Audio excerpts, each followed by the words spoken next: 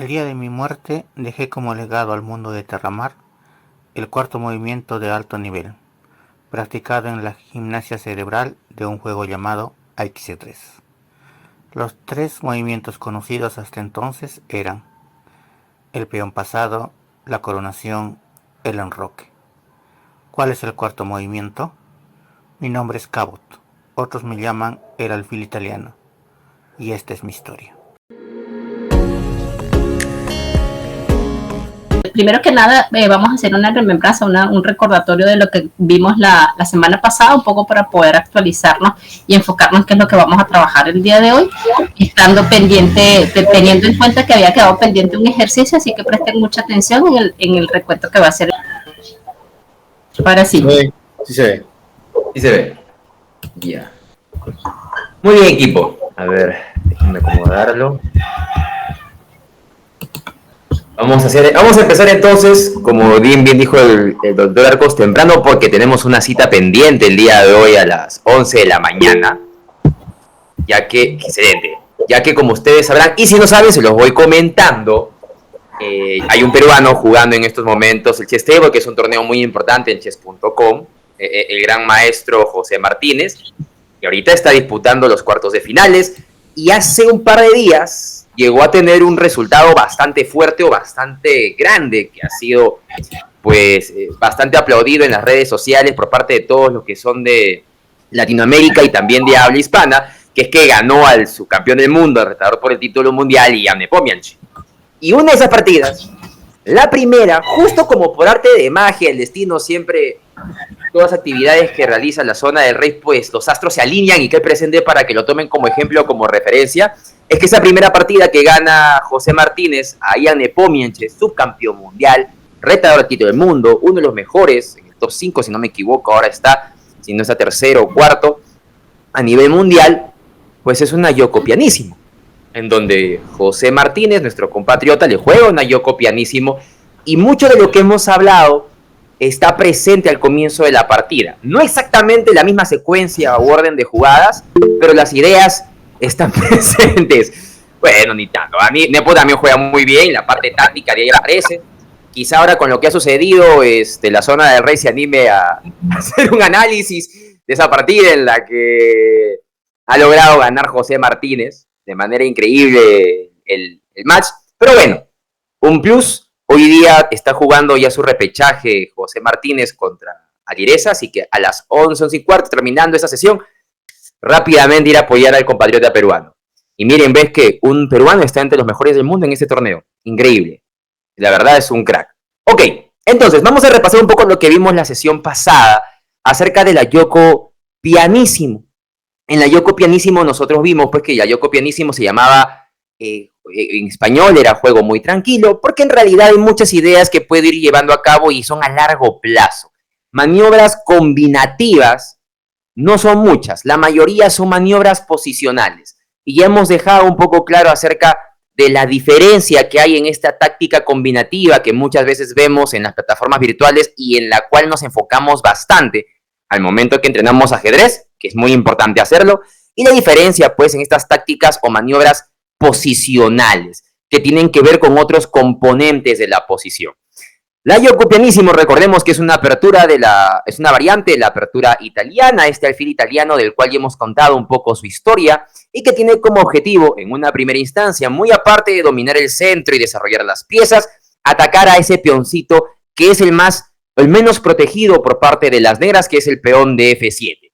En la Yoko pianísimo es normal ver que las negras jueguen alfil C5, es la línea natural o normal de esa variante. Tengan presente que alfil C5 se llama Yoko piano, juego tranquilo, y cuando las blancas juegan peón D3 se llama Yoko pianísimo, juego muy tranquilo. Ahí la relación. Lo que no quitaba que por transposición de jugadas podíamos llegar pues a la misma posición. Ya sea que las negras jueguen la defensa de los caballos, se juegue peón D3 y se continúe con alfil C5. Esto ya lo hemos dejado sumamente claro en la sesión pasada. Ahora, dentro de la Yoko pianísimo las ideas no son muy complicadas, se pueden extrapolar, se pueden transponer y es bastante sencillo porque no hay muchas maniobras combinativas como lo hay en otros planteamientos de aperturas en ajedrez. Luego de alfil C5, las blancas en la partida que estamos viendo, del gran maestro de ajedrez Nima, muy conocido, continuó con el roque corto. Recordemos que acá también se puede jugar peón C3, algunos juegan caballo BD2, algunos optan por caballo C3, que ya son otras ideas o planes que también en algún momento vamos a compartir porque nos llegó la duda en algunos de los videos. Pero bueno, Niemann juega en roque corto, tomando en cuenta que siempre está latente esta maniobra de las negras, ¿no? Caballo A5, alfil B5. Pero mientras que este peón esté indefenso, pues no hay mucho de qué preocuparse. ¿Podrían jugar las negras de igual manera jugar caballo A5? Claro que sí, pero jugar con un peón de menos no les va a dar mucha compensación. Bueno, las negras continuaron con peón de 6 y ahora sí Niemann dijo, bueno, voy a darle el escape a mi alfil de C4 para que pueda trasladarse a C2 y al mismo tiempo preparar un contraataque en B4 en caso el caballo venga a A5, ¿verdad? Todo eso lo hemos ido comentando. Peón C3, negras juegan en roque corto y acá deben tener mucho cuidado. ¿Por qué? Porque una característica, y atentos con esto, una característica de esta Yoko pianísimo es que el juego es bastante tranquilo. Es así, recordando un poquito, que habíamos mencionado que jugadas como en roque corto, caballo BD2, A3 o A4, H3 incluso, son jugadas totalmente válidas dentro de este planteamiento, porque se preparan a maniobras a largo plazo. Pero un detalle interesante es que estas maniobras de H3, por ejemplo, debe guardarse hasta el momento en que las negras jueguen en roque corto. No quiere decir que siempre vamos a jugar estos movimientos, no. Depende mucho de qué juegan al bando de las negras para que no tenga mucha diferencia o un impacto negativo en nuestra posición. Si en algún momento a ti se te ocurre jugar de repente peón H3, mucho antes o antes de que las negras jueguen en roque corto, no es lo más recomendable, porque las negras podrían cambiar de plan y luego de jugar en roque corto y peón H3, si no se han enrocado las negras, podrían mandarse con un H6, G5, tratando de aprovechar ese punto de ruptura que les has facilitado. ¿Sí? Pequeño detalle adicional para que lo tomen en cuenta. Pero en la partida, después de 6, C3, en roque corto, torre 1, A5, ya el rey está enrocado, ya no hay problema y podemos jugar con blancas, peón H3. Ese detalle faltó aclarar la sesión pasada. Lo de peón A5 también lo hemos aclarado, no está mal, no hay ningún inconveniente, se está proyectando a largo plazo, el peón podría llegar en algún momento en un final a A4, y el objetivo principal de A6 o A5 es darle esa casilla de escape al alfil de C5 para que se pueda trasladar a A7. Si en caso las negras juegan A6, pues el plan puede ser B5. Entonces cambia un poquito pequeños detalles, pero siempre la idea general va a ser la misma en esta variante Yoko pianísimo. Después de A5, entonces H3, que eran jugadas que habíamos visto. Las negras jugaron alfil E6, una jugada o idea que está presente en cualquier variante de la apertura italiana. Nosotros como negras, bueno, el contrario, el adversario como conduciendo las piezas negras, ya sea que lo quiera hacer con caballo o con alfil, en la mayoría de casos va a buscar de cambiarte ese alfil italiano, que es muy fuerte y que muchos problemas les puede traer. ¿Está mal cambiarlo? Pues no, pero un jugador de italiana muy probablemente no va a desear cambiar ese alfil, porque de esa manera pierde algunas maniobras combinativas que pueden aparecer al futuro. Es así que Niemann jugó alfil B5, empezando el traslado en caso es necesario, y luego de alfil B5, las negras jugaron alfil A7 para poder resguardar el alfil, adelantándose a la subida del peón a D4. Hasta esta jugada número 9 era parte de lo que habíamos desarrollado en la sesión pasada y de la que quedó pendiente un ejercicio de memoria que yo sé que muchos de ustedes han resuelto, pero quería compartirles este espacio para que lo puedan recordar. Y ahora ya Suri va a ver qué tal lo han trabajado y lo va a ampliar. Ajá, a ver. Y allí comienzo yo con la presentación, ¿ok? Vamos a recordar un poco, ¿verdad? El ejercicio que les dejé asignado la semana pasada. Ok, recordando un poco, enfocándonos un poco en qué es lo que es el concepto de memoria como tal, tomando en cuenta que es la capacidad mental que permite retener la información, pero no solo información, sino también sentimientos, experiencias que la vida va almacenando en el cerebro. Okay. Sin embargo, la memoria tiene algo particular que es una forma de estrategia. A veces necesitamos una forma de estrategia para poder recuperar toda esa información. Y sí, me gustaría ver y chequear más o menos cuáles fueron las que ustedes utilizaron para el ejercicio que les había dejado. El ejercicio consistía en recordar los primeros movimientos de las blancas. ¿Ok? Vamos a enfocarlo un poquitico más o ampliarlo un poquitico más sabiendo de que cada movimiento de la blanca implica un movimiento de la negra. Ahí está el cuadro ahora. Me gustaría ver, no sé si por el grupo, por el chat, ustedes quieren compartir alguna de las respuestas. No tienen que compartir los 9 movimientos por completo, pero sí me gustaría saber si alguno adelantó el resultado del ejercicio. Ya dijo los 2. Bueno, está bien, vamos a completar. Ya que él lo va a hacer en esa dinámica, vamos a completarlo de esa manera. E4 movió las blancas, E5 movió las negras. ¿Cuál fue el segundo movimiento? Caballo F3, caballo C6. No se va. Esta es la última intervención de Luis en este ejercicio. Bien, el segundo movimiento era F3, C6. ¿Ya? El tercero, ok, miren lo que vamos a hacer. Les voy a presentar rapidito acá, ¿verdad? Una estrategia que tenemos para poder recordar lo que son los movimientos. Ojo, ni siquiera los movimientos, sino para poder rescatar o recuperar cualquier tipo de información que esté almacenada en nuestro cerebro. Vamos a ver. Dígame así, abuelo de pájaro, a alguien al que se le ocurre, o sea, más o menos cómo creen ustedes que podemos recuperar nosotros información almacenada en nuestro cerebro. ¿Cuál sería la estrategia individual? Alguien que me pueda decir qué es lo que utiliza. Un ejemplo simple, ¿qué es lo que utilizamos para recordar un número de teléfono? Es C5, ahí sigue, y así sucesivamente, ¿ok? Como les indiqué, ¿verdad? La estrategia de poder dividir el cuadrante es una de las mejores estrategias para poder recordar yo los movimientos anteriores de mi contrincante, aunque nosotros obviamente en campeonatos se anotan, ¿verdad? Pero en ejercicios como para poder activar la memoria, esto es una muy buena estrategia. ¿De acuerdo? Bueno, avanzamos bien. Muy bien. A mí me gustaría preguntarles también, a ver, ¿quién recuerda cómo estaban distribuidos los caballos blancos y los caballos negros sobre el tablero? A ver si alguno lo recuerda. Ahorita Víctor me responde. ¿Te acuerdas? Víctor sabe. Ya, a ver, mientras voy compartiendo y lo van asimilando. Claro, yo sé que si les pregunto... ya está compartiendo la pantalla. Perfecto. Si les pregunto cómo están distribuidos los caballos, pues se hace un poco complicado, ¿verdad? Y eso es que vamos a bajarnos un poco del pedestal, nosotros los ajedrecistas. Que es muy difícil hacerlo, es verdad. Me incluyo. Pero vamos a bajarnos un poco del pedestal. Y quiero consultarles a ustedes, para romper algunos paradigmas. Los ajedrecistas tenemos una memoria, dejando de lado las variables, pues, tan extremas como Carlsen y demás.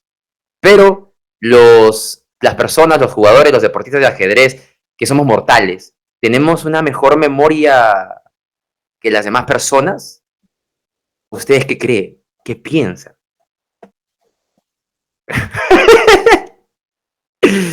En mi caso también, en mi caso, por decir yo les cuento una experiencia, ¿no? Dale. Generalmente yo puedo recordarte una música, pero soy muy malo con recordar letras de, digamos, de canciones. Soy muy malo.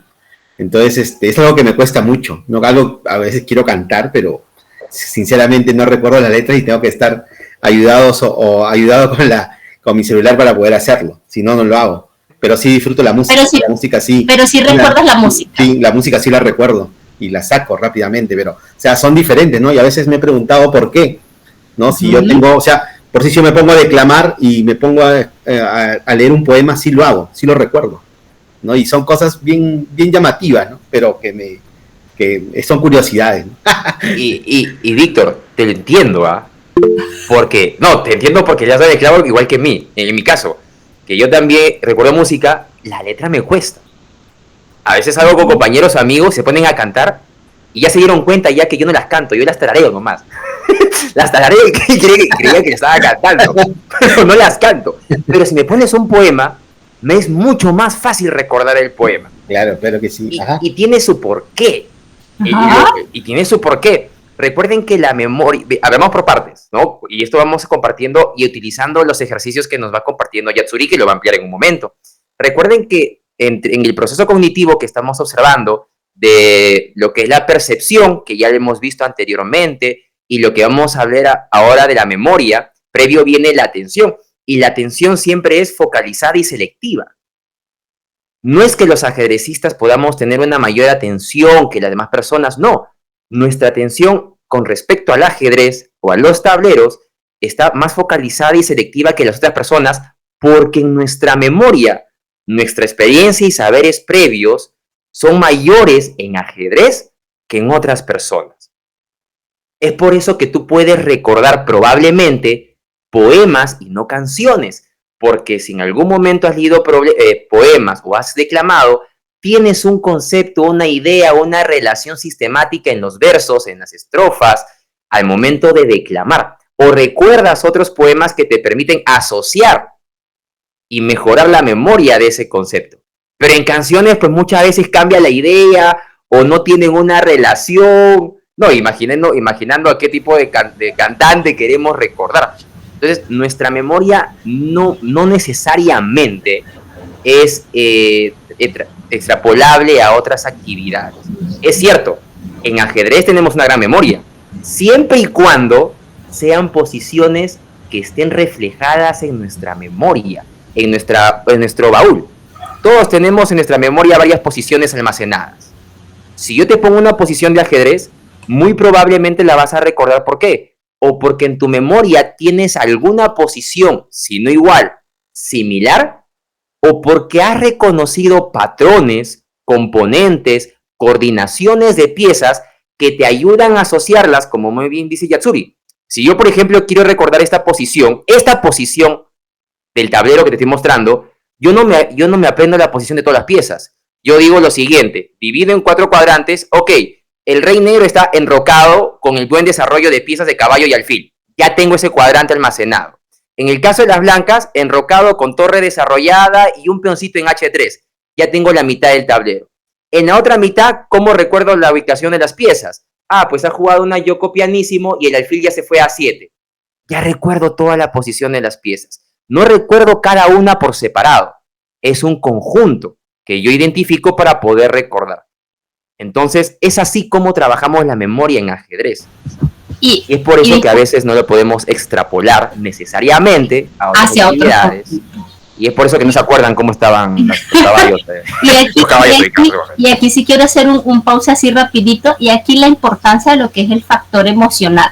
¿Ok? Tal cual como lo venías relacionando. Si nos tomamos en cuenta el concepto de percepción, sabiendo de que es cómo percibimos los estímulos del exterior, ojo, coordinándolos con los conceptos previos. Y si a eso le sumamos el factor emocional que tuvo que ver o que influyó en el momento en que se almacenó ese recuerdo, ya ahí la hacemos. Ahí donde voy. Es probablemente el hecho de que Víctor, por ejemplo, no recuerde la letra de las canciones como tal, ¿verdad? Tiene que ver mucho con la forma en que él aprende. Pero ¿por qué sí recuerda la música? Es muy probable que la música, que su oído sea más sensible al momento de almacenar la música porque tenga un factor emocional incluido en eso. Y es donde quería destacar esta parte, la influencia de la parte emocional, no solamente en los procesos cognitivos, sino en la respuesta que yo doy ante estos procesos cognitivos. Excelente. ¿Alguna otra experiencia que deseen compartir de repente? ¿O alguna consulta o duda? Si no, pasamos a las siguientes jugadas para el siguiente ejercicio de proceso cognitivo. Bueno, yo quería contar que el ajedrez mejora la memoria también, ¿no? Y es seguro que sabe en mí y en general sí ayuda. Claro, así como hay que tener lo siguiente, y es una buena intervención por parte de Jonathan. así como las matemáticas desarrollan ciertas habilidades o competencias o las mejoran, el ajedrez también. El ajedrez también desarrolla algunas competencias y capacidades, incluso más que las matemáticas. Yo he estudiado economía, que es matemática, acá tenemos muchos ingenieros que han estudiado matemática, pero somos conscientes que como habilidad transversal o como herramienta transversal, el ajedrez es mucho más potente en cálculo, en competencias, en capacidades y demás. Lo que no quita que el hecho de que yo pueda recordar tantas posiciones, tantas variantes, identificar tantas jugadas, no quiere decir que al mismo nivel pueda recordarlo en otras ramas del saber. ¿Sí he desarrollado mi memoria? Obviamente que sí.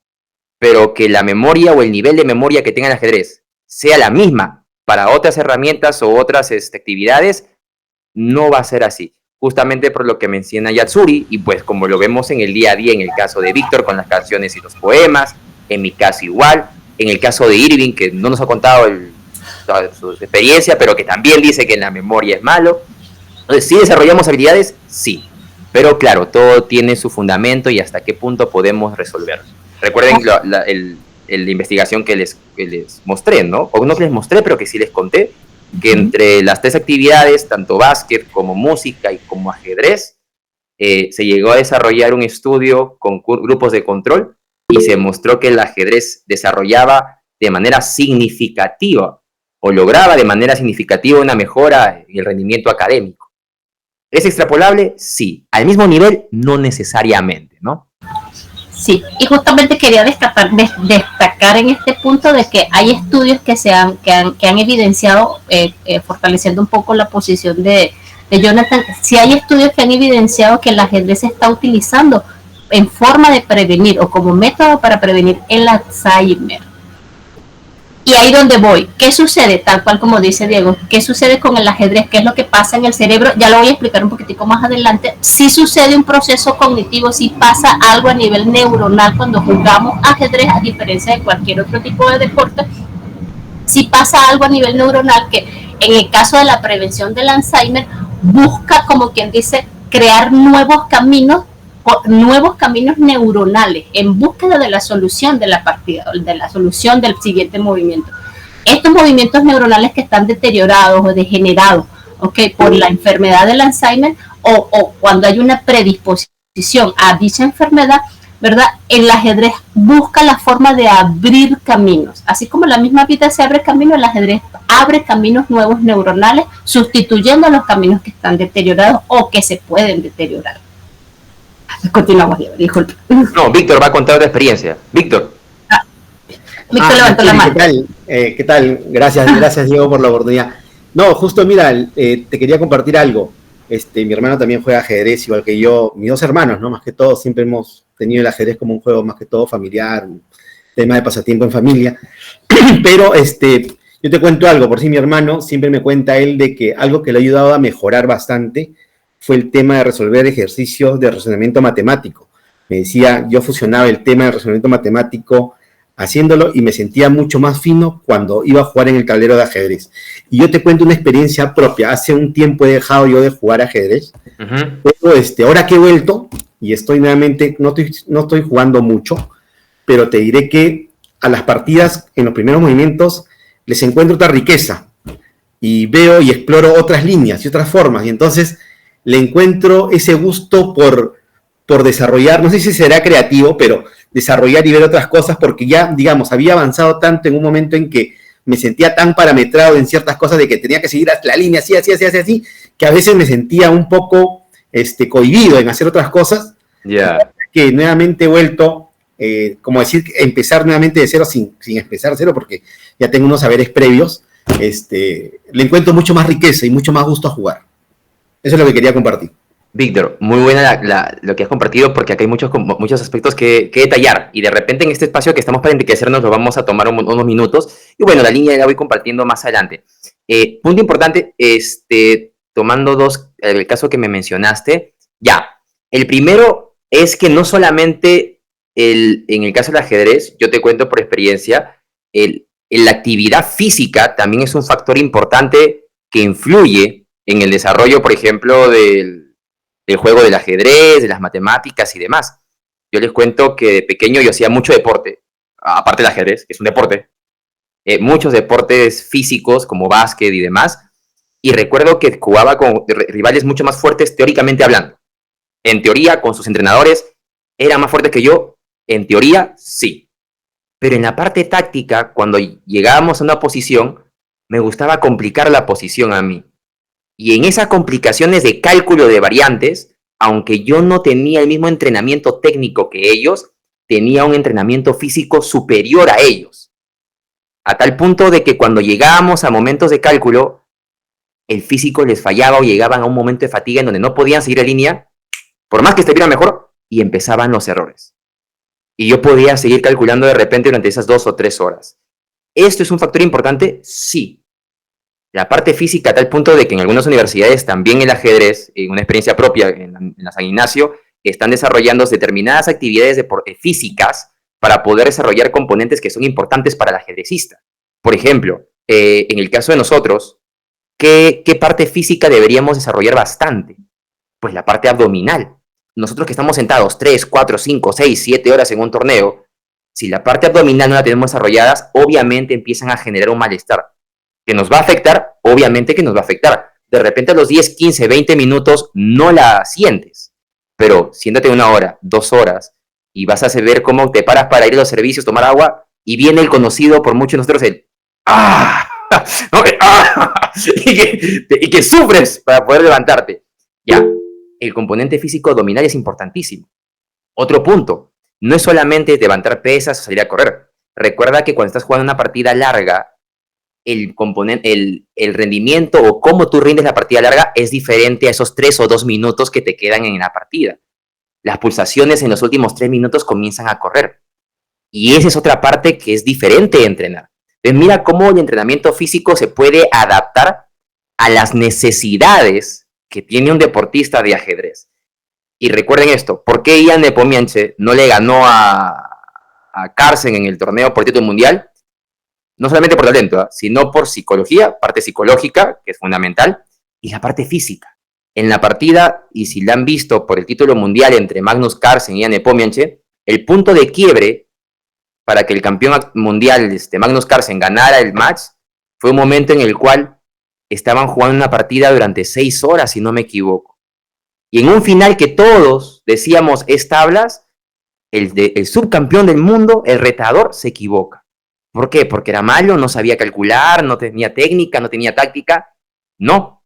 En lo personal, opinión propia, fue el componente físico. Después de 7 horas tu rendimiento obviamente va a ir disminuyendo. Y es por eso que Carlsen, las partidas que tú veas del campeón mundial, no las gana en la apertura. No las gana en el medio juego. Las gana en el final. Y muchas veces vemos que los mejores del mundo se equivocan en el final. Y muy probablemente no sea un componente técnico el que falla ahí. Tampoco sea un componente táctico. Muy probablemente sea un componente físico. Magnus Carlsen tiene un físico por encima del promedio de ajedrecistas. Y con el otro aspecto que quería comentarte, Víctor, es que la realidad es, que pasa con lo que he comentado, es que el estudiar ajedrez, teoría, la parte teórica tiene sus pros. Automatizarte al comienzo de la partida tiene sus pros. Si yo me automatizo, como en este caso, los grandes maestros están automatizados las primeras jugadas y las líneas. Tiene sus pros. Ganas tiempo, tienes más seguridad y demás. Pero se va matando la parte creativa. Que ya, bueno, ya no me emociono mucho porque ya dejamos ya para otro espacio que ya vayamos a ver entre creatividad y teoría. Ok, entonces, antes de que nos falte tiempo, como ya se nos dio de costumbre, vamos a continuar con las jugadas entonces de la Yoko pianísimo, después de la fila 7. En la partida, las blancas continuaron con caballo BD7. Esta jugada es parte de las ideas o los planes que se tienen en la Yoko pianísimo, juego muy tranquilo. Normalmente los caballos van a ir trasladándose el flanco de rey y van a apuntar a 2 casillas interesantes, a F5 y a F4. ¿De acuerdo? Las negras jugaron caballo CE7, jugada que también hemos mencionado con anterioridad, el por qué se jugó de esta manera. Y si no me equivoco, Alberto López estuvo en un espacio, unos minutos, media hora, 45 minutos, explicándole qué tan fuertes eran los caballos cuando estaban unidos de esta forma. Peón D4 por parte de las blancas, caballo G6, Y llegamos pues a esta parte en donde Alberto López amplió el marco teórico de manera excepcional y nos ayudó a entender aún más cuál es la potencia que tienen estos dos caballos cuando trabajan juntos y unidos. Y en esta posición hay algo interesante acerca de los dos hemisferios cerebrales que tiene el cerebro y que los cuales pues el ajedrez tiene un impacto bastante fuerte. ¿No es cierto, Yatsuri? Micrófono en silencio. Así mismo es, Diego.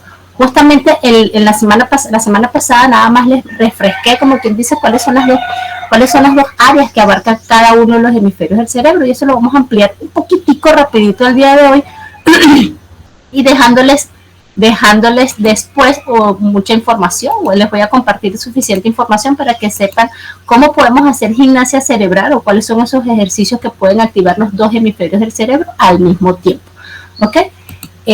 Como habíamos quedado la semana pasada, hicimos un altico en esta presentación, ¿verdad? Destacando, ¿verdad?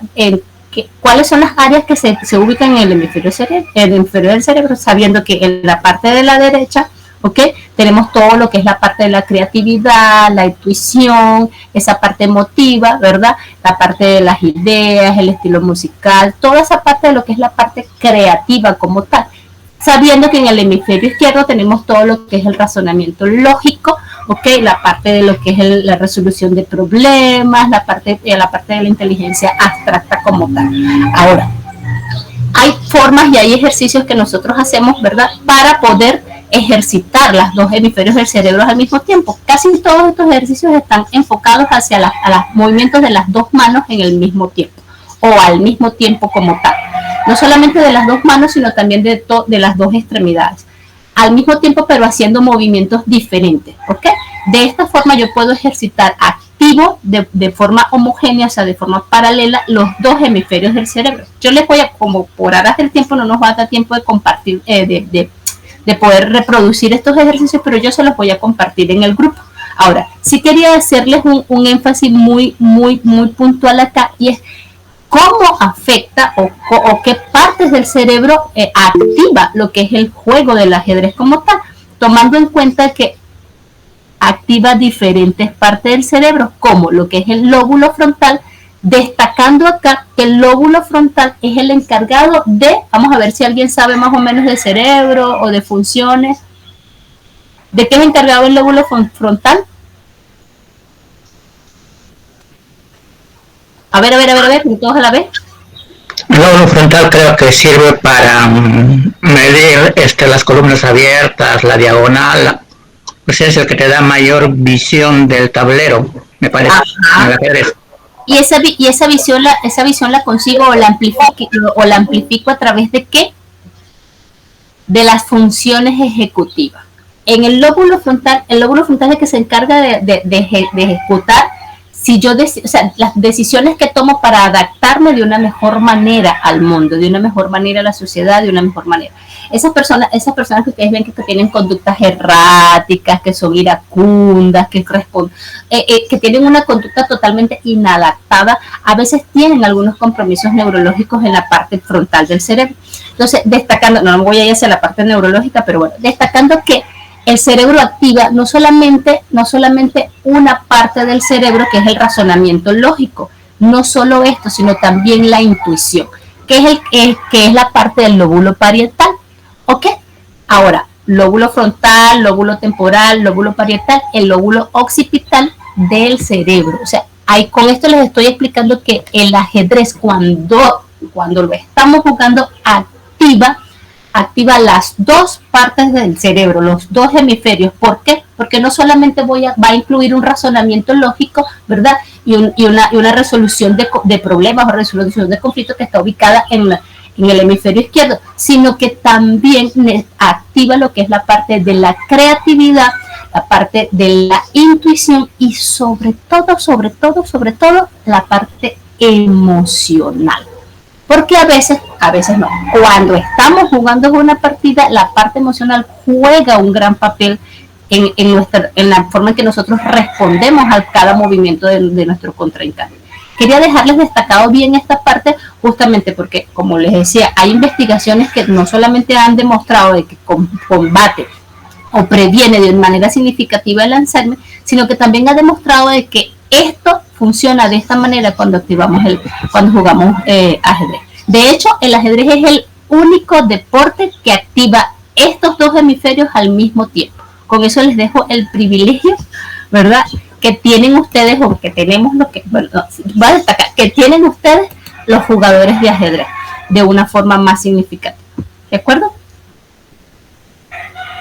Al finalizar les voy a compartir ejercicios y les voy a compartir un canal que yo sigo de YouTube que comparte bastante información sobre algunos ejercicios de gimnasia cerebral, sobre todo en esta parte de los dos hemisferios. ¿De acuerdo? Uy, nos quedan 15 minutos. Muy bien. ¿Preguntas? ¿Dudas? Todavía ninguna. Ok, sigamos avanzando entonces con la partida que nos ha reunido en esta sesión programada por la Zona del Rey. Luego de colocar los dos caballos en esta partida en la que las blancas están conocidas por el gran maestro Nima, continuó con alfil A4, jugada preventiva, profiláctica. ¿Por qué? Porque, bueno, las negras en algún momento piensan jugar peón C6 para poder dominar cancillas centrales, entonces se juega alfil A4, pero de manera preventiva. No se olviden que no hay muchos, por lo menos en el medio juego, aplicando los movimientos que son parte del plan de este Yoko pianísimo, muchas maniobras combinativas.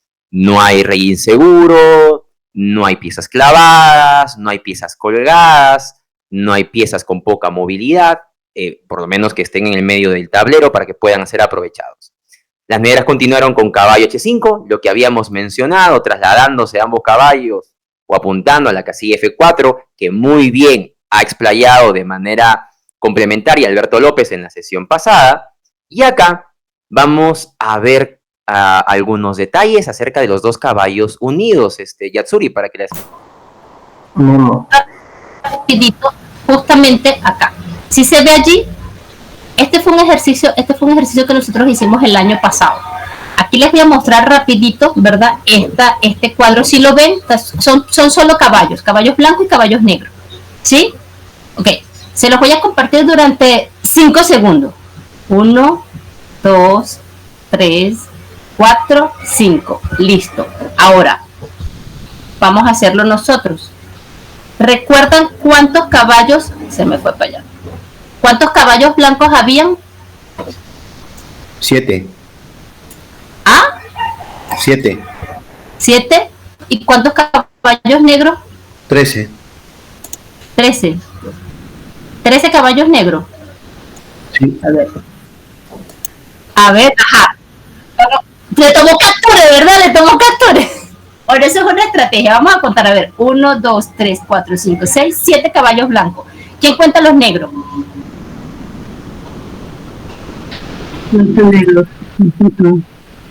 ¿Cómo? ¿Quién cuenta los negros? A ver.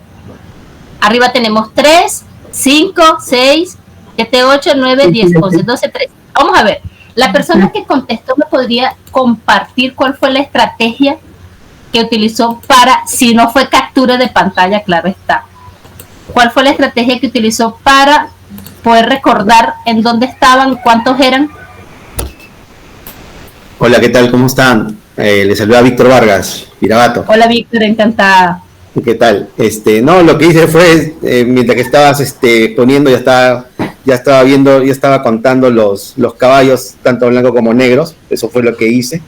Y a los dos, con dos números que la gente generalmente tiene mucho tema, digamos, de llamada de atención, ¿no? Siempre el 13 y el 7 son vistos como números cabalísticos, ¿no? Por eso lo relacioné. Ok, viste que lo relacionaste como eso. Esa relación que hiciste, esa relación cognitiva, es una estrategia. Dice, ahí aplicó. Ok. Fue una estrategia para poder recuperar la memoria. Sin embargo, tenemos muchísimas otras estrategias y todo va a depender de cómo recordemos nosotros, mejor dicho, todo va a depender de cómo aprendemos nosotros, si nosotros aprendemos de forma visual, de forma auditiva o de forma kinestésica. De esa misma manera vamos a recuperar la información almacenada en nuestro cerebro. Por lo menos con nuestros chiquitos yo compartí una herramienta o una estrategia muy interesante para poder recordar este tipo en el tablero, y es poder dividir el tablero entre sus cuadrantes. ¿Okay? tanto el eje Y como el eje X, dividirlo en los 4 cuadrantes que componen al tablero. Esa es otra estrategia para poder recuperar memoria, para poder recuperar la información almacenada en nuestra memoria. Era más o menos lo que quería hacerles llegar el día de hoy con este ejercicio. Ahora, vamos a compartir cuáles eran las respuestas completas, ¿verdad? Para poder avanzar con los siguientes movimientos, ¿de acuerdo? En el caso de los 9 movimientos, como tal cual como lo dijo el profesor Luis, el primer movimiento fue E4, E5, luego avanzamos con F3, C6, C4, F6, D3. Pues entonces vamos a avanzar entonces, Diego, para poder continuar con el ejercicio de razonamiento, un poco para aprovechar esta parte que nos dejó él, ¿ok? ¿Se ve? ¿Se ve? Sí, sí se ve. Okay. Acá en el ejercicio de razonamiento, ya va, déjame ir un poquitico mejor acá. Primero vamos a conceptualizar lo que es razonamiento y avanzamos con el ejercicio, tomando en cuenta que el razonamiento es el proceso por el cual relacionamos distintas informaciones, o sea, diferentes estímulos, diferente información que nos llega y que nos permite emprender una resolución de una situación o un problema vital como tal, ¿ok? Ojo, estas situaciones pueden estar inmersas en la familia, en el trabajo, en los estudios o inclusive en la pareja. ¿De acuerdo? Ahora, tomando en cuenta este concepto y el conocimiento previo que nos suministró el profesor Alberto, traemos 3 preguntas para esa posición, justamente la posición de los 2 caballos. En primera sería, encuentra la casilla del cuarto movimiento, que como es el título del cuento que habíamos desarrollado al comienzo de la sesión anterior, donde debería ubicarse el caballo blanco. A ver, ¿cuál sería esta casilla?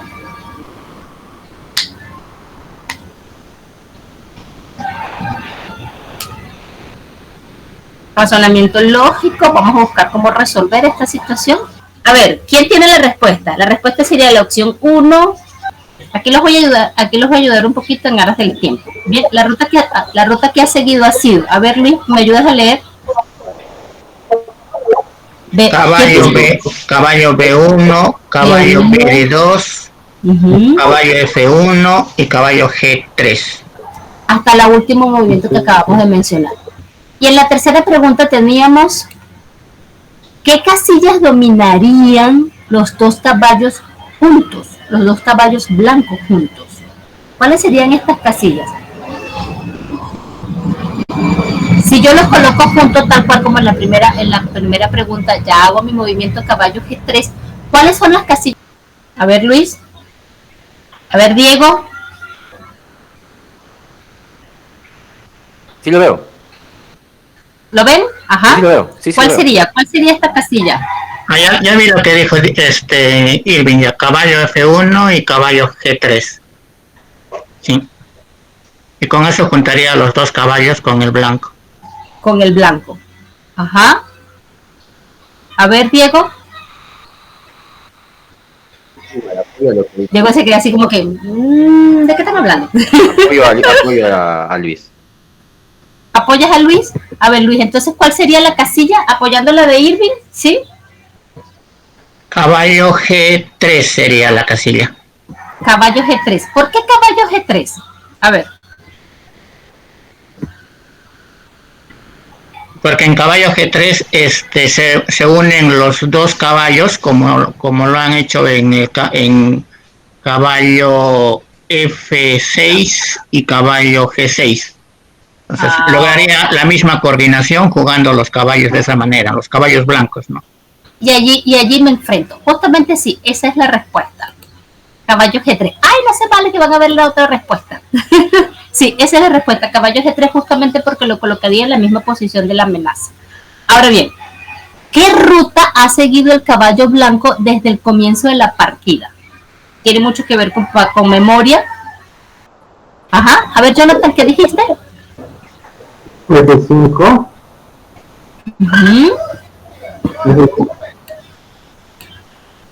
Ajá. Acá. F5. ¿Qué otra? Bueno, Díselo. No entiendo si lo pones junto, ¿dónde? En G3 y en F3. Ajá, lástima que no, yo debía haber puesto el tablero que se puede mover las piezas, ¿verdad, Diego? En mi caso, para mí sería que esos dos caballos blancos posicionados en eso, digamos, defienden mucho el tema de las casillas centrales, ¿no? Ajá. D4 y E4. Acá tenemos las casillas. Se las voy a compartir por mensaje. Bueno, se las voy a compartir ahorita por mensaje, pero de igual forma yo les voy a compartir todo lo que es la presentación y la resolución de los ejercicios también. Mira. Ay, no me copié. Ay, sí me copié. Ahí está. Esas serían las casillas que dominaría. ¿Okay? Ajá. ¿Qué ruta? ¿Qué les parece si colgamos un momentico para poder terminar la partida del día de hoy y nos conectamos ahorita mismo para que no se nos interrumpa cuando avance Diego con los siguientes movimientos? Podemos agarrarnos 10 minutos más, ¿verdad, Luis? Sí, o sea, nos desconectamos un rato y nos conectamos para no perder la secuencia. Para que no se cuelgue cuando está avanzando Diego con los siguientes movimientos, ¿sí? Ahí voy. Cuelgo y ahí mismo les mando el enlace.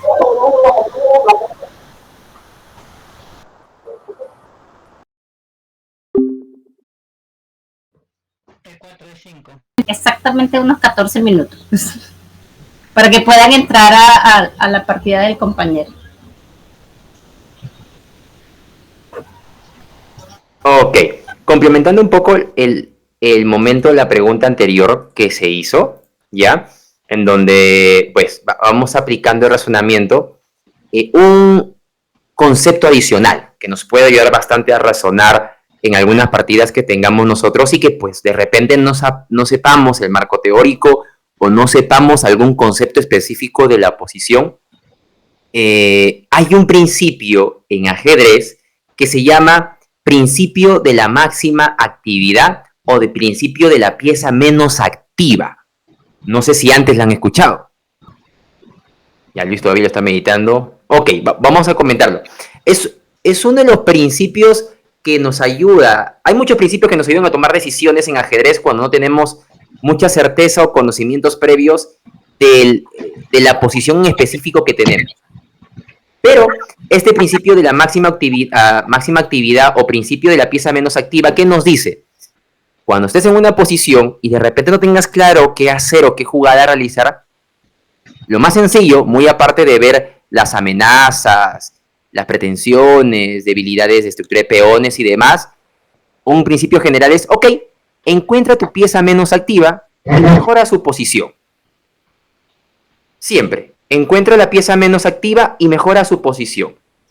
En este caso yo les pregunto, ¿qué pieza blanca es la menos activa? El alfil. Muy bien, el alfil de C1. Ok, podríamos mejorar... La torre de A1. La torre de A1, ya, ¿qué más? Tenemos el alfil de C1 y la torre de A1. ¿Alguna más? ¿Y la tercera cuál sería de repente? ¿O nos quedamos con esas dos quizá? La dama y el caballo de D2. Perfecto. Tenemos 4 piezas que podrían estar catalogadas como piezas menos activas en el tablero. Torre, alfil, dama y caballo. Está claro que en el caso de la torre, pues activarla está muy complicado. Vamos a tener que desarrollar todavía piezas. La dama, al ser una pieza mayor, también complicado. Lo juntamos con los principios básicos, desarrollar primero piezas menores. ¿Cómo podríamos activar el alfil y el caballo, que son justamente las piezas con menos actividad en el tablero de ajedrez?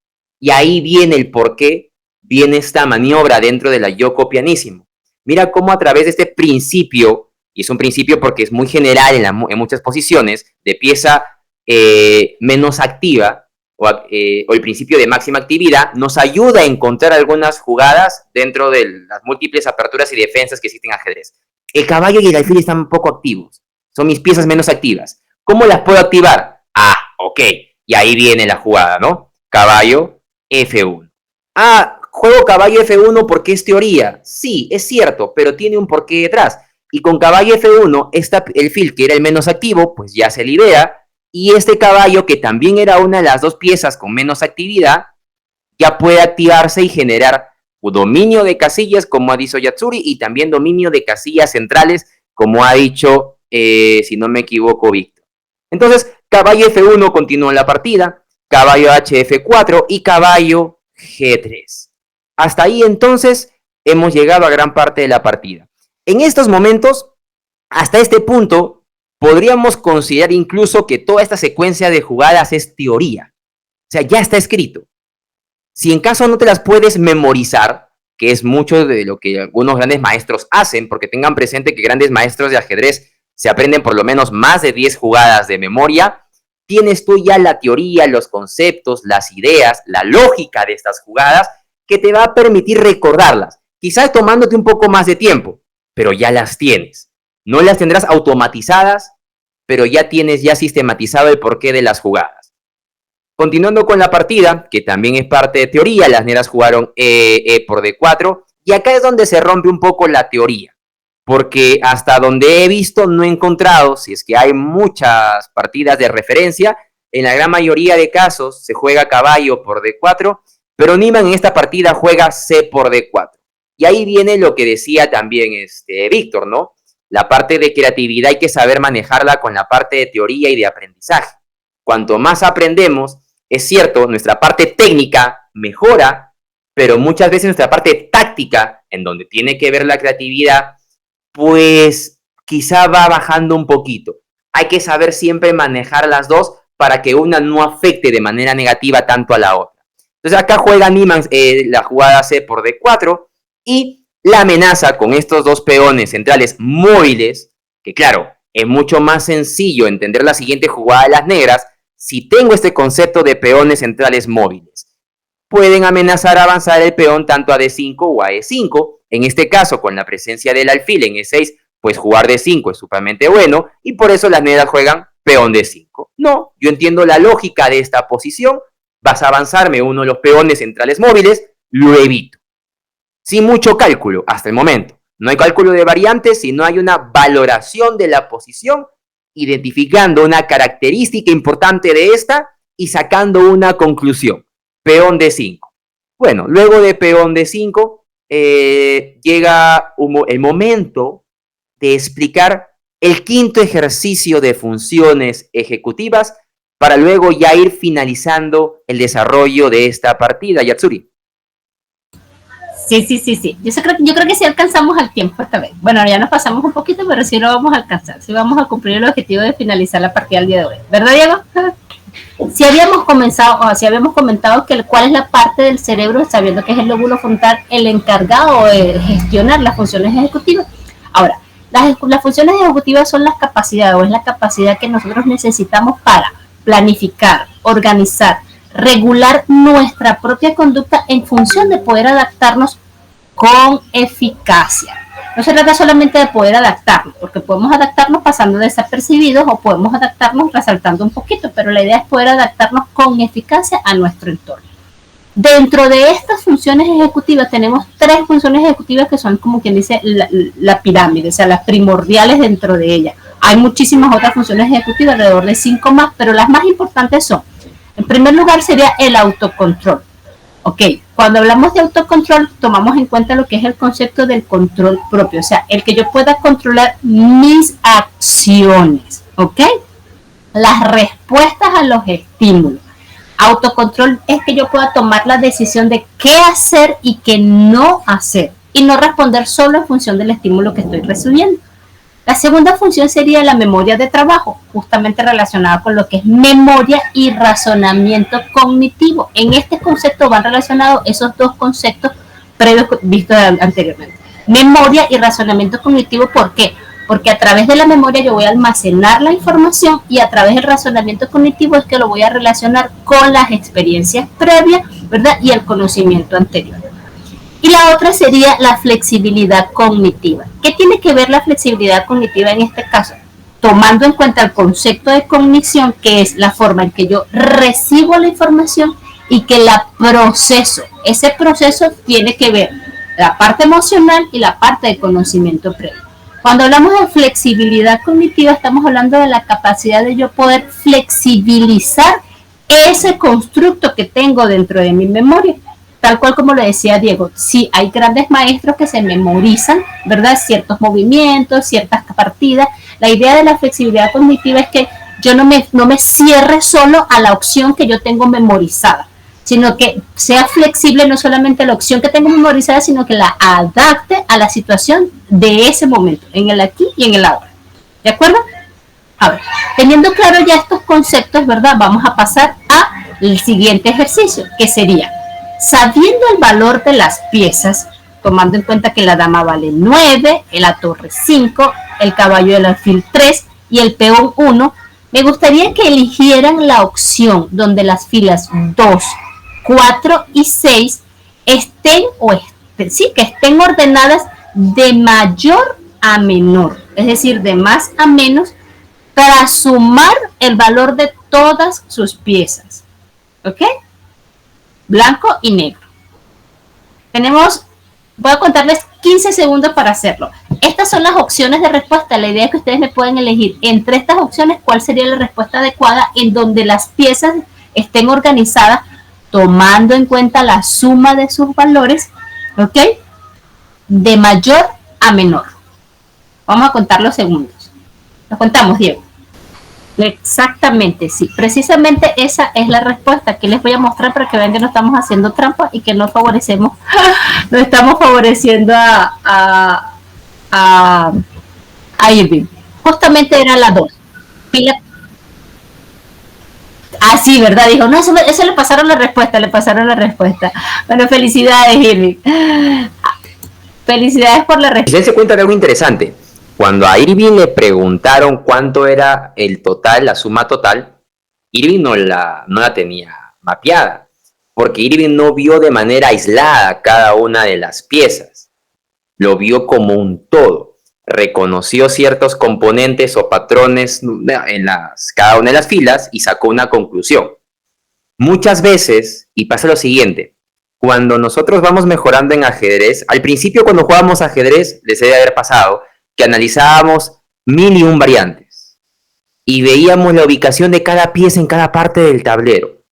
Y está bien, al comienzo es necesario hacer el esfuerzo, porque no reconocemos características o componentes específicos de una posición por falta de estudio. Cuando ya vamos aprendiendo más teoría, el esfuerzo necesario que hacíamos antes, o mejor dicho, la necesidad de ver cada una de las piezas o movimientos va disminuyendo. Porque recuerden lo que habíamos dicho, la atención es focalizada y selectiva. ¿Qué hizo Irving? Ok, acá hay 2 piezas menores y 2 peones, es la primera. Acá hay 2 piezas menores, la segunda, 4 peones es la tercera. No necesita ir contando de manera individual cada pieza. En el ajedrez pasa igual. No necesitamos ir visualizando cada pieza por separado y su movimiento. Tenemos que ir reconociendo esos componentes y claro, el reconocimiento se va haciendo más sencillo cuanto más aprendemos de ajedrez. Lo que nunca se deben olvidar ustedes, y esta es una recomendación aparte, es que están catalogados en orden. ¿A qué me refiero? Hay ya un algoritmo, un paso a paso de ir avanzando.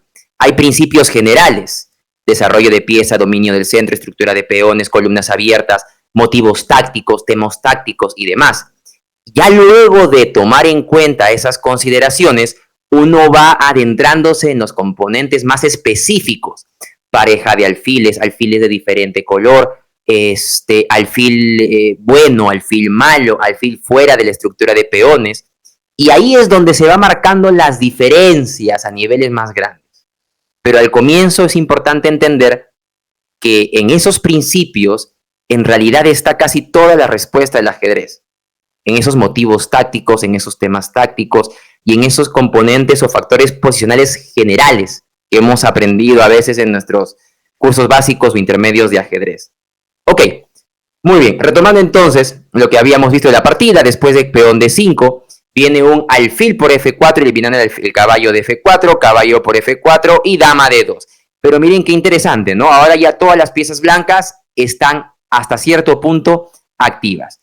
De la manera juegan de por E4, torre por E4, amenazando el caballito. No hay manera muy óptima de defenderlo, así que juega caballo G6, uno de los 5 métodos para poder solucionar amenazas. Alfil B3, vamos a cambiar este alfil, y después de alfil de 5, que bueno, podía también cambiar el alfil, claro que sí, pero las negras deciden o le dan más valor, y miren qué importante, lo habíamos mencionado en la sesión anterior, ¿no? La valoración es la misma muchas veces por parte de nosotros. El juicio de valor puede ser diferente. En este caso, todos vemos que si alfil por alfil, la estructura de peones de las blancas se debilita un poco hasta cierto punto, pero hay una columna abierta. El juicio de valor de las negras fue, no, a mí yo esa ventaja o ese plus que le doy a las blancas, a pesar de la estructura de peones que se dobla después de alfil por alfil, peón por, no me llama la atención. Yo creo, ese es el juicio de valor de las negras. Su juicio de valor fue que, tras alfil de 5, esa dama en D5 pesaba más que esa debilidad en la estructura de peones. Todos entendemos la valoración. Hay peones débiles, hay columna abierta, hay dama centralizada. Ok, pero ¿cuál característica prevalece sobre la otra? Shopping, sabiendo que me devolverán. Ese juicio de valor es muchas veces los pequeños detalles que diferencian entre uno y otro. Pero bueno, en la partida dama de 5, la dama centralizada prevaleció más para el bando de las negras. No quiere decir eso que haya sido mejor. Niman jugó torre al centro, torre 1 dominando la columna abierta. Y después de torre A de 8 presionando sobre el peón aislado, miren de nuevo que la valoración posicional la podemos entender. Hay una columna abierta, se domina. Hay un peón aislado, se ataca el peón aislado. Peón H4. Esta jugada la van a ir entendiendo más adelante. Peón H4, peón F5 amenazando la torre. Torre E2 dado la amenaza. Peón F4 y la siguiente jugada fue caballo E4. Luego de caballo E4, pues las negras dicen, ok, súper lógica la jugada, ¿verdad? 3 piezas atacan el peón, 2 la defienden, la puedo ganar, juega alfil por D4, pero mira qué interesante. Niman, aunque se ha caído el peón desde el punto de vista estratégico, las negras han llevado a cabo su cometido, Niman empieza a trabajar desde el punto de vista táctico. Y de nuevamente se le repite, es por eso que la táctica es el componente más importante en ajedrez y es el que define partidas. En esta parte táctica, Niman ve 2 cositas. Primero, ve una pieza clavada. ¿Ok? O que incluso podría ser en un futuro estar clavada por alguna torre. Perfecto. Niman ve otro patrón. Juega dama C2. Y ve un patrón interesante que se puede dar en algún momento desplazando los caballos ya sea a F6 o a G5 y dama apuntando al peón de H7 con este peoncito en H4 a un pasito de retirar el caballo. Es por eso el H4. Muchas veces nosotros, de nuevo, desde el mundo de vista conceptual, no jugaríamos peón H4 porque es un peón del extremo, se pierde tiempo y demás. Pero mira cómo ese componente estratégico se ve superado por un patrón táctico. Dama C2 y todo eso Niman ya lo vio apuntando al peón de H7. ¿Cómo es que Niman ve eso? ¿Es un crack, es un genio? No, ha resuelto tantos ejercicios de ataque al rey que ya relaciona esa distribución del rey enrocado, esa distribución de los caballos en E4 y en F3 para poder encontrar esas jugadas y aplicar esa maniobra combinativa. Luego de dama C2, pues las negras, que también tienen un desarrollo táctico fuerte, se percatan de ello. De repente los mortales veríamos solamente la amenaza del peón y jugaríamos peón C6 y se nos viene la noche encima. Y después decimos, ¿cómo no vimos eso? ¿Cómo nos combinamos y estábamos igualados? He aplicado mi teoría, mis conceptos, todo lo que he estudiado estaba bien. No, voy a seguir estudiando la Yoko Piano. No, es que acá ya no es estudiar la Yoko Piano. Es reforzar ataques al enroque. Ejercicio de ataque al enroque. No ver clava, no, es ejercicio de ataque al enroque. Por eso es importante entender cómo funciona el proceso cognitivo en ajedrez. Porque de esa manera nos ayuda a aprender qué componentes debo entrenar. Los ajedrecistas tenemos la mala costumbre de entrenar a lo brusco. Oye, me ha llegado este libro nuevo que Kasparov y que Karpov y que no sé cuánto, es de 2023. No, que este otro libro, y entrenamos a lo brusco. Pero no tenemos una metodología sistematizada para poder entrenar. Y acá, en este espacio, lo vamos viendo un poquito. Finalmente, entonces, para poder ir a ver a Martínez jugar su repechaje En el torneo, dama C2, las negras juegan H6, ahora sí, previniendo la entrada del caballo a G5, pero después de H6, al menos ya cae el peoncito y lo recupera Niman. Dama por C7, torre de 7, dama C2, y acá comete un error táctico las negras, que obviamente era bien difícil de ver y con poco tiempo. Y ahí viene el punto importante. Las negras juegan acá, dama C6. Ahora tú dirás, ¿por qué es un error? El factor principal es que ahora aparece lo siguiente. Miren, aquí interesante. Dama C6, ¿cómo es que yo puedo encontrar oportunidades en esta partida? Muy fácil. Si yo elimino la dama, ¿qué es lo que pasa con esta torre? ¿Quién me dice? Rápidamente, ¿quién me dice qué pasa con esta torre? No la cuida nadie. Queda colgando, motivo táctico, lo que decíamos, los motivos y los temas tácticos son los que definen la partida y los que permiten realizar estas maniobras combinativas. Y es por eso que en el orden, si tú estás buscando primero, oye, estructura de peones, un peón débil, no, lo primero que buscamos son temas tácticos que tienen que ver con maniobras combinativas. Lo primero que buscamos es quién tiene la iniciativa, qué piezas están colgando, qué piezas tienen poca movilidad, qué rey está indefenso. Esa es la prioridad. Ya luego, cuando no hay nada por hacer, empezamos a buscar maniobras estratégicas o posicionales, en donde metemos esos componentes quizá, o temas que son un poco más complicados. Entonces, hay una pieza colgando y hay un posible tema táctico que es clavada, y Niman lo ve. ¿Por qué las negras no lo vieron? Hay dos motivos. Uno, porque quedaba poco tiempo y de repente no practicaba mucho su blitz y su bullet, que ahí viene lo que habíamos mencionado. Dos, es porque también la parte física empieza a mermar. Un ajedrecista no puede jugar igual 3 horas o 4 horas. No. Si tu condición física, por más que sea buena o regular, va a ir disminuyendo. Es como todo deportista. Un basquetbolista no te va a jugar de manera óptima las 4 cuartos. Los futbolistas, por eso hay cambios. No te va a jugar de manera óptima los 90 minutos. Y a veces pasa eso con los ajedrecistas. Y en el final es por eso que también vemos los errores. Y acá, pues el jugador de negras no identifica ese motivo táctico, esta clavada, y después de dama por C6, peón por C6, torre de 2, muy bueno. La idea, no sé si Niman lo calculó, pero acá también me llama torre de 2, torre de 1 no, ¿por qué? ¿Cuál es la diferencia entre torre de 2, torre de 1?